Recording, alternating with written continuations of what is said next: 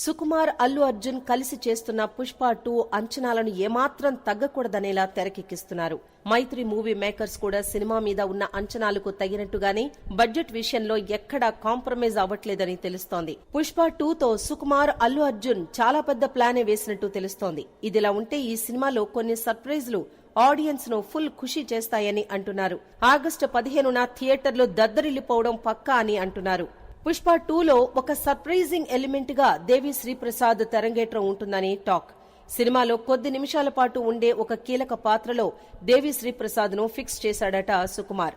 దేవికి కూడా నటన మీద ఎప్పటినుంచో ఆసక్తి ఉంది.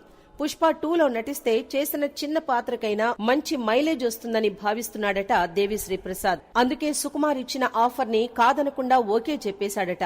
అల్లు అర్జున్ ఆల్రెడీ పుష్పరాజుగా మరోసారి పూనకాలు తెప్పించేందుకు రెడీ అవుతూ ఉంటే సరైన టైంలో దేవి శ్రీప్రసాద్ కూడా ఒక చిన్న క్యామియాతో అద్దరగొట్టేస్తాడని అంటున్నారు.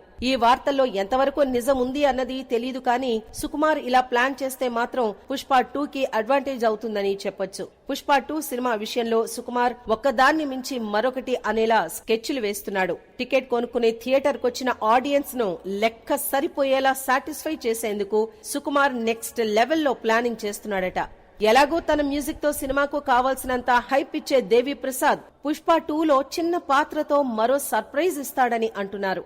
పుష్ప 2 కోసం పాన్ ఇండియా లెవెల్లో ఆడియన్స్ అంతా ఒక రేంజ్ లో ఎగ్జైట్ అవుతున్నారు. మరి ఈ సినిమా ఎలాంటి సంచలనాలు సృష్టిస్తుంది అన్నది చూడాలి. రీసెంట్ గా పుష్ప 2 నుంచి వచ్చిన పుష్ప సాంగ్ ట్రెండింగ్ లో ఉంది. త్వరలోనే సినిమాలోని సెకండ్ సాంగ్ రిలీజ్ చేస్తారని తెలుస్తోంది.